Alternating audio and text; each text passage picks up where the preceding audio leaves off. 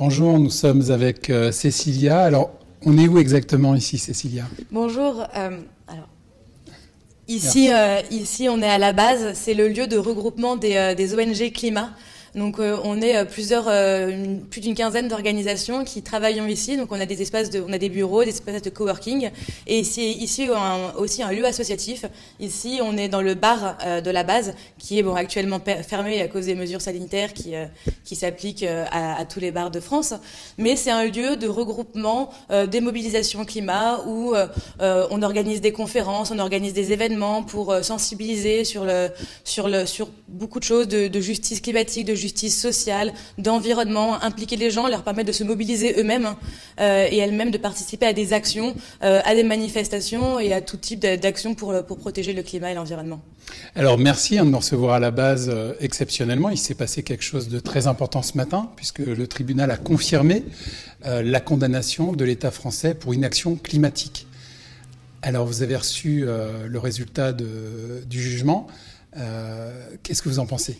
Alors aujourd'hui, c'est vraiment une journée historique. C'est vraiment une date qui ça va faire date dans l'histoire de France et dans le monde entier en vérité. Parfois, quand on vit des moments comme ça, on a tendance à oublier en fait la portée historique que ça peut avoir. Et là, c'est vraiment un moment très très important puisque le juge, il s'agit de là du premier procès climatique en France.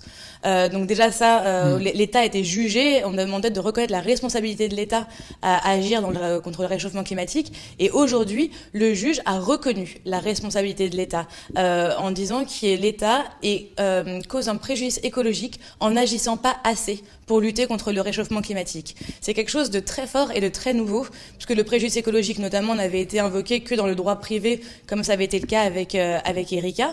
Et là, en fait, le juge a dit l'État a une responsabilité d'agir pour le réchauffement climatique et l'État n'en fait pas assez. L'État a pris des engagements, se porte en champion pour le climat, il a pris des engagements en matière climatique au niveau français, européen, international, et il a considéré en faisant ça en fait qu'il avait la capacité d'agir. Et en n'agissant pas, il ne respecte pas ses engagements, il cause un tort aux Français et aux Françaises et il aggrave le réchauffement climatique.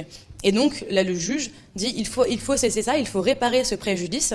Donc nous, on avait demandé aussi on avait demandé une indemnisation de 1 euro du préjudice écologique, qui était 1 euro symbolique, mais avec cette idée derrière ça, qui n'était pas de demander de l'argent, mais d'obliger l'État à agir. Et d'ailleurs, c'est ce que le juge a dit, il a rejeté cette demande des 1 euro symbolique sur la réparation du préjudice écologique, parce qu'il a dit il faut d'abord prouver qu'on peut le réparer en nature.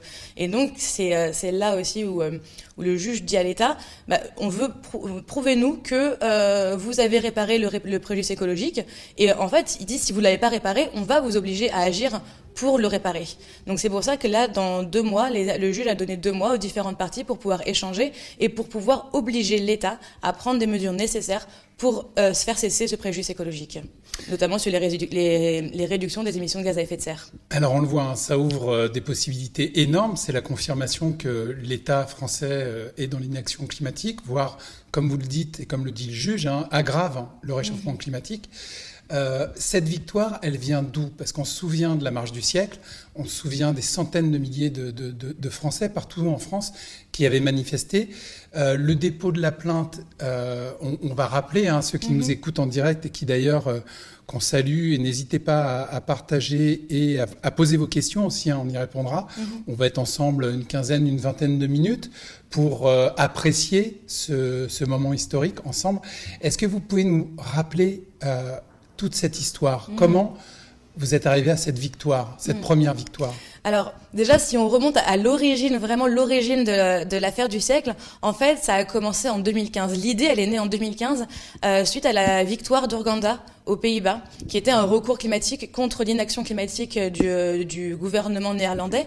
Et c'est suite à cette victoire que Marie Toussaint, qui est la cofondatrice de Notre Affaire à tous, a eu cette idée, cette envie de faire la même chose en France, de faire reconnaître la responsabilité de l'État en matière climatique. Et donc a commencé ce travail de recherche, d'analyse avec des avocats, des jurys, juristes pour préparer ce recours. C'est comme ça qu'après, on est allé chercher d'autres organisations qui se sont jointes à nous dans ce dossier, la Fondation Nicolas Hulot, Oxfam France et Greenpeace France. Et en décembre 2018, on a lancé l'affaire du siècle avec cette pétition qui a été signée par 2,3 millions de personnes en un temps record. En presque 2 semaines, il y a eu ces 2 millions de personnes qui ont signé la pétition. Et ça, déjà, c'était un moment qui était assez historique parce que il y a eu une mobilisation citoyenne forte. C'est pas le recours uniquement de 4 organisations, c'est le recours des Français et des Françaises qui s'inquiètent du réchauffement climatique et des impacts que ça a sur leur vie et que ça va avoir. Aujourd'hui, on est toutes et tous impactés par le réchauffement climatique. Ça va continuer à s'aggraver, à s'empirer. On le voit déjà de jour en jour et ça va être le pire d'année en année. Et donc, du coup, il y a eu ce recours-là avec ces 2 millions de personnes qui ont signé cette pétition, qui ont dit, maintenant, la justice, elle peut avoir ce rôle. On a tenté beaucoup de choses, on a fait des propositions, on a mis des mesures sur la table avec le gouvernement, on a fait des marches pour le climat, etc. Et ça n'a pas été suffisant. On va attaquer l'État en justice. La justice, elle a ce rôle de contraindre. Parce que c'est bien le problème, en fait, dans l'action climatique. C'est que les États se sentent pas contraints ou pas contraints assez vite. On prend des objectifs, on prend des engagements, mais on les respecte pas. Et là, c'était le moment de dire stop. On demande au juge de dire stop à cette inaction de l'État. Donc on a lancé cette action en décembre. Après, on a déposé nos mémoires, donc une requête sommaire et un mémoire complémentaire en mars et en mai 2019. Et puis, on a attendu la réponse de l'État. Et là, c'était donc le juge avait tous nos arguments, l'instruction était lancée. On a attendu la réponse de l'État qui a tardé à venir puisque l'État a tendance à jouer un peu la montre sur cette affaire-là, comme il le fait de manière générale, un peu sur tous les dossiers climatiques. Et l'État a répondu au dernier moment, donc à la fin de la période d'instruction, en juin 2020. Donc ça, c'était le moment où l'État a déposé son mémoire en réponse, où globalement, il réfute nos arguments. Nous, dans notre documentation scientifique et juridique qu'on avait déposée dans nos différents mémoires, on développait à la fois les engagements de l'État, de l'État et des précédents gouvernements, parce qu'on n'attaque pas l'inaction de l'État actuel, mais de tous les gouvernements qui n'ont pas assez agi dans la lutte contre le réchauffement climatique. Et nous, on a mis en place, on a démontré tous les engagements qui avaient été pris, les textes de loi au niveau français aussi qui parlaient des engagements climatiques, environnementaux de l'État et les manquements de l'État, en disant voilà les retards qu'avait pris l'État sur les budgets carbone, sur le développement des énergies renouvelables, d'efficacité énergétique, des transports, de l'agriculture, etc. Et l'État en retard sur tous ces engagements. C'est ce qu'on a démontré dans nos mémoires. L'État nous a répondu et globalement a un peu renié sa responsabilité. Il a dit qu'il ne pouvait pas être tenu pour seul responsable de la lutte contre le réchauffement climatique, puisque les citoyens, les entreprises, les collectivités, elles aussi étaient responsables de la lutte contre le réchauffement climatique et émettaient aussi des émissions de gaz à effet de serre, en oubliant à ce niveau-là son rôle de régulateur et d'investisseur, qui est pour ça que l'État a un rôle fort et qui doit être leader dans ces actions-là climatiques. Il a annoncé aussi que il a mis en face les objectifs et les engagements qu'il avait pris. Et ce qui est bien justement ce que nous on dénonce dans notre recours, c'est que l'État a pris des engagements, a s'est fixé des objectifs, mais ne les respecte pas. Donc c'est bien beau d'avoir des belles paroles, des beaux discours, mais en fait il est temps d'agir et là l'État n'agit clairement pas. Alors, cette action qui a été menée par des millions de Français, avec le Covid, on a eu l'impression, le sentiment que ça s'était un peu tassé. En réalité, il n'en est rien. C'est-à-dire que la mobilisation, même si elle n'est pas dans la rue, elle est toujours présente. Et le jugement d'aujourd'hui va certainement lui donner un nouveau rebond. Oui, on a bien vu que la mobilisation était toujours très forte. On a continué régulièrement à recevoir des messages de soutien des citoyens et des citoyennes qui s'étaient engagés auprès de l'affaire du siècle. Et on le voit aussi dans tout le mouvement climat, où il y a cette volonté de plus en plus forte aussi de faire bouger les choses, parce que les gens s'inquiètent. On voit bien que l'épidémie de la Covid, elle est due aussi à notre mode de prédation sur l'environnement, à force de détruire les écosystèmes, du coup des espèces sauvages qui finissent par se rapprocher des zones peuplées et qui peuvent être porteuses de maladies, et c'est comme ça que l'épidémie de la Covid est arrivée chez nous. Donc il y a cette préoccupation majeure de l'environnement qui est de plus en plus importante. Les Français sont inquiets des impacts du changement climatique, ils veulent des actions fortes, et parfois il y a pu avoir cette inquiétude des Français et des Françaises de se dire il y a rien qui marche. On l'a vu aussi avec l'exemple récent de la Convention citoyenne pour le climat, où il y a eu ces 150 citoyens qui ont fait 149 propositions très fortes, très ambitieuses, pour respecter la demande qui leur avait été faite par le gouvernement de faire des propositions permettant de limiter à moins 40%, de réduire de moins 40% les émissions de gaz à effet de serre. Et au final, le gouvernement n'a pas pris en compte ces propositions-là. Il a totalement dénaturé la portée de ces mesures-là en supprimant un certain nombre, en enlevant en ôtant leur substance en fait d'autres mesures, et on est bien loin d'atteindre l'objectif qu'on s'était fixé initialement. Donc là, il y a un petit côté un peu désespérant pour les gens en disant mais il y a rien qui fonctionne. Et là, avec cette affaire-là, le juge il dit non mais vous avez raison en fait. Déjà le juge reconnaît la preuve scientifique, il reconnaît l'urgence climatique, il reconnaît qu'il faut agir maintenant et que l'État doit agir. Et c'est ce qu'on dit, c'est ce que les scientifiques disent, c'est ce que les associations disent, c'est ce que les citoyens disent depuis des années et qui n'est pas écouté. Et là le juge le dit et le juge a ce rôle-là. Donc je pense que ça va créer vraiment encore plus de ferveur aussi de la part des citoyens qui vont dire bah là on a enfin une victoire. On avait besoin de victoire, on n'en avait pas assez.